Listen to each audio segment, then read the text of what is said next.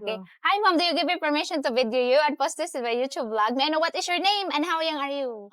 Julian Branzuela. I'm 41 years old. 41. So, you're working here in, what's it called? What do you call it? Smartrace. Swertres Yellow Box. Oh, Swertres. Okay. Mom, are you married or are you... married. How many kids you have? 2. 2 kids. Okay. So, how many days you work in a week? Every day 1 week. Every No. day? No day No, off? no day. How much your income every day, if you don't mind me asking? Depende sa income sa mo every day. It depends on how much... Sales. It depends on your sales. So, what is your biggest sales? 5K. 5K. So, how much you will take? 500. 500 every 5K. 10%. Balik. 10%. So, if ever you don't reach 5K, 260. 260 lang every day. That is that include free food? No. No, not include free food. Okay.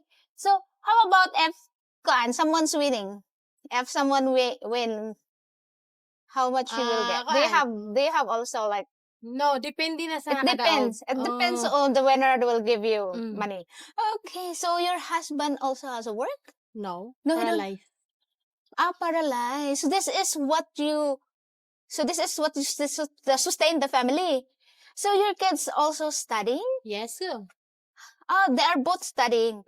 Ang kamagwangan na siya mag first year college. First year college. And this youngest? Grade 11. Grade 11. How hard the life is with you, like, for example, you don't have a lot of sales. Not explaining, very difficult. Very difficult. How about, like, for example, water and electric? My sister, so my husband, helping me. They are helping yes. your in-laws, your Yes. sister-in-laws. They're helping you because your Okay. husband is paralyzed. Oh my God, that's so sad. Yeah. So if ever, like, for example, every week you will only have like 3,000 or less, and that will goes to the food, water, and allowance to the children. Okay, how many times you will buy clothes for your kids? Maybe in 3 months, 2 months. Like that. So how much your food budget every month? Food for helping my sister-in-law. Yeah, Food okay. only. The school and the clothes and the other school for me. Other miscellaneous for you. Oh my God. So you still have savings on what your income? Or wow, that's so lovely. How about this medication also? Sintro. In a public health center.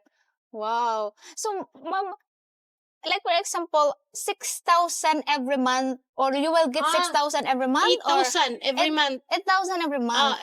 260 times 7 days. Yeah. Equivalent mo nag 8,000 Yeah, ang 8,000. year. Yeah, 8,000 A monthly. month. A month. Yeah. 8,000 every month. That includes everything, miscellaneous like that. Everything, 8,000. Miscellaneous only. Scholarship. They have a scholarship. That's very only kon lang. Baon, Only, extra project in school, nga na. Only their allowance every day. How much is their allowance every day? Tong kono. Yeah, the youngest. 150 to 200. Oh, wow. Ang manghod, 50 lang. Near man the house ang school lang. Okay, the youngest is 50 and the college is, that's very, very expensive. How could you breathe? Layo man, kinto is Danao. Yeah, in Danao, okay. How could you survive? May I ask you? Kakayanin. Kakayanin, laban-laban lang. Anak jud ng life. Yeah, that's life. So, like, if ever you will get a chance to find another job, would you? Or would you okay Of course. here? Of course.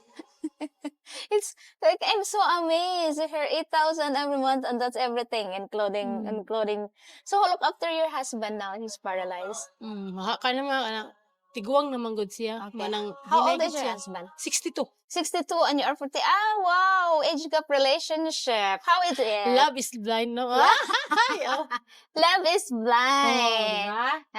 Okay, before, what's his job before? Me? No, you're working in Mitsumi. Electrician, Wow, how long you been working in Mitsumi? 6 years. 6 years. So why you stop, Mom? Married. Yeah, and then you get married. And then him, what's his job before? Electrician. Electrician. How long he's been working as an electrician? 48 years? 48. Oh, nga anak eh. Pag ulitaw naman yan, nag-start naman na Okay, siya. when he was young, she started it. Yan. So, Kuan man siya, bisyoso man siya. that's why he had a bad habits. Okay. So, why you choose him? As you said, love is blind. No choice. No choice. Ay, no. No choice. No, working student man ko. You are working student. And then, Near the house man. you're Yeah. not. Ano lang. That's where you fall in love. Oh. Oh, how long you been together? Ah, more than 20 na years. More than 20 years. Mag-18 years, mag-18 man The lang youngest. Oh, yeah. So, wala pa may anak. Nag-ipon-ipon naman yun. Before you have a kids, you've been together. So, yay. 20 plus years and love is blind. Love is blind. Sarap. What do you think about your age gap relationship? Is it easy? Is it hard? Hard. Thrilling. Thrilling? Easy. Hard. Okay yung tala. Ay, mo na ako pamanon kay. Murag, Yeah, nga I'll ako choose pagmaon, this, murag, yeah. Nindot kayo. Yeah, because he's older than you. And then what happened? Oh, okay lang. Okay lang. Okay lang. It's okay. It's okay. You are okay. You can breathe. Na may kids. Yeah. Kids nila mo mo. Kids. Yeah, the kids is the bridge of everything. Ay, Mo na lang muhulit sa mga kulang. yeah. Uy, kulang.